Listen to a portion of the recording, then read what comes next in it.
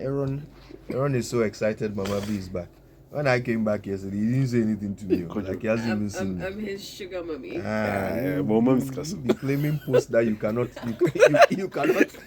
you cannot handle.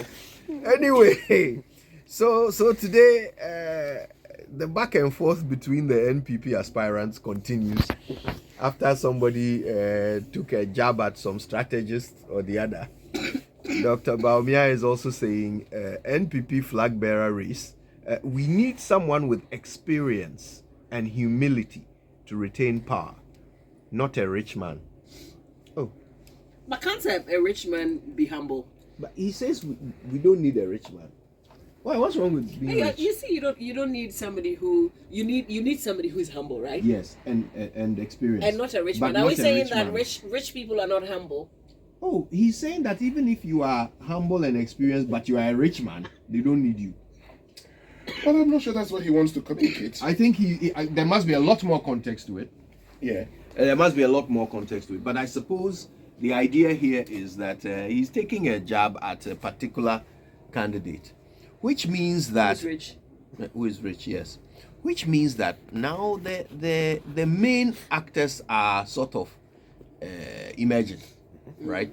At this point, it looks like we are seeing the front runners. But the personal nature of it is also quite amusing, because at some point all these people are going to rally behind one person as if he's the Messiah, right? Whoever they choose, they will all rally around that person as if he's the Messiah. But right now that they are trying to get, they carry the favor of some delegates, look at how they are slicing and dicing at each other and each other's reputations and all that, going quite hard, So apparently, we don't want strategists. We don't want rich man. What do we want? Well, you see, what happens in a campaign is that I've told you before that in politics it's so easy to destroy someone's chances.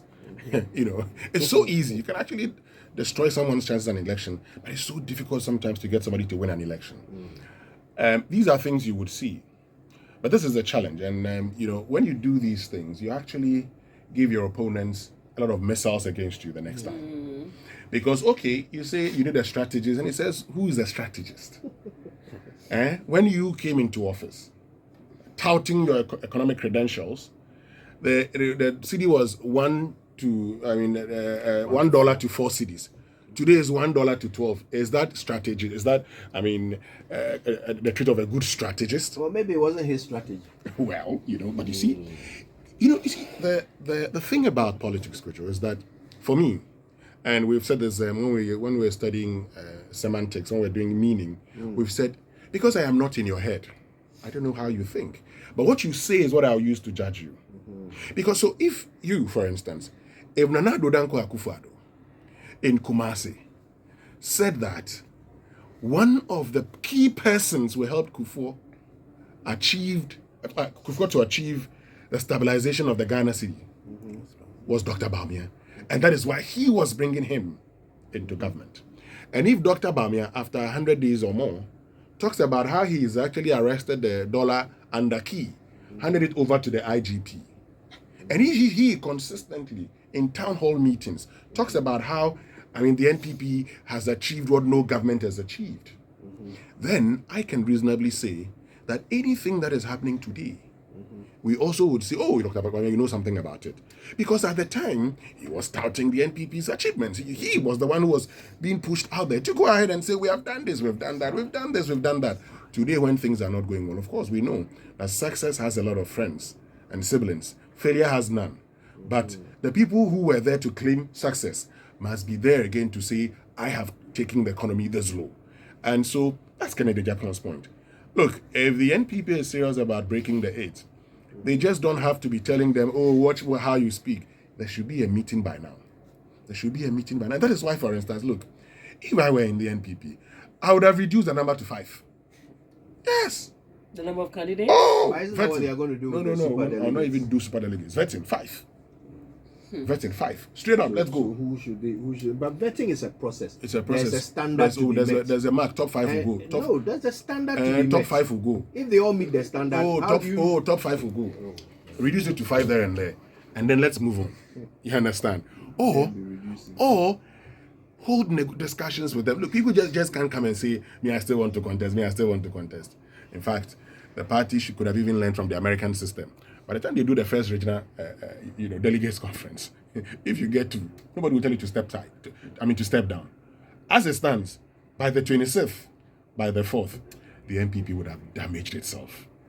I hope that, the people will see through all these candidates, really.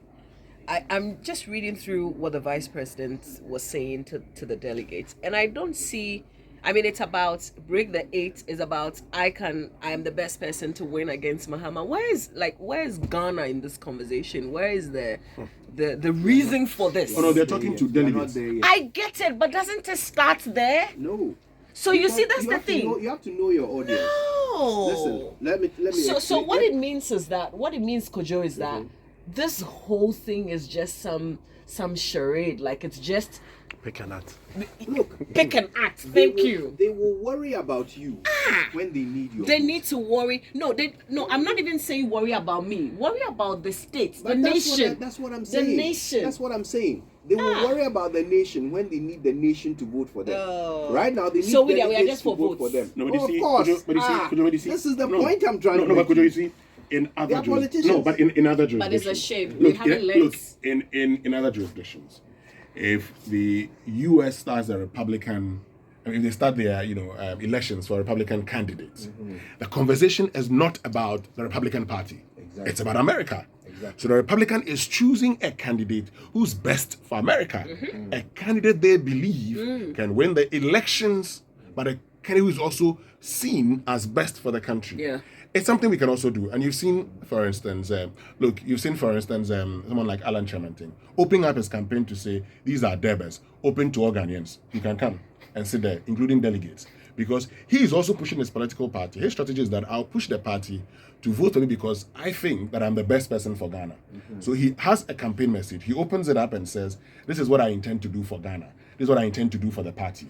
But at this stage, it's mainly the party. You're right, but you see, we have run an election. I agree with you. I just wish that the delegates would go beyond just the party and push them to think Ghana, even at that stage. So, Mamavi, we are not disagreeing with you. I'm saying that the politicians disagree with you.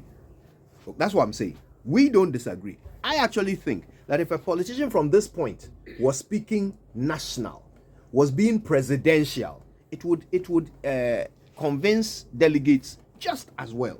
If a delegate can see you as a president, why would they not choose you? Until that time is up. Oh, and yeah.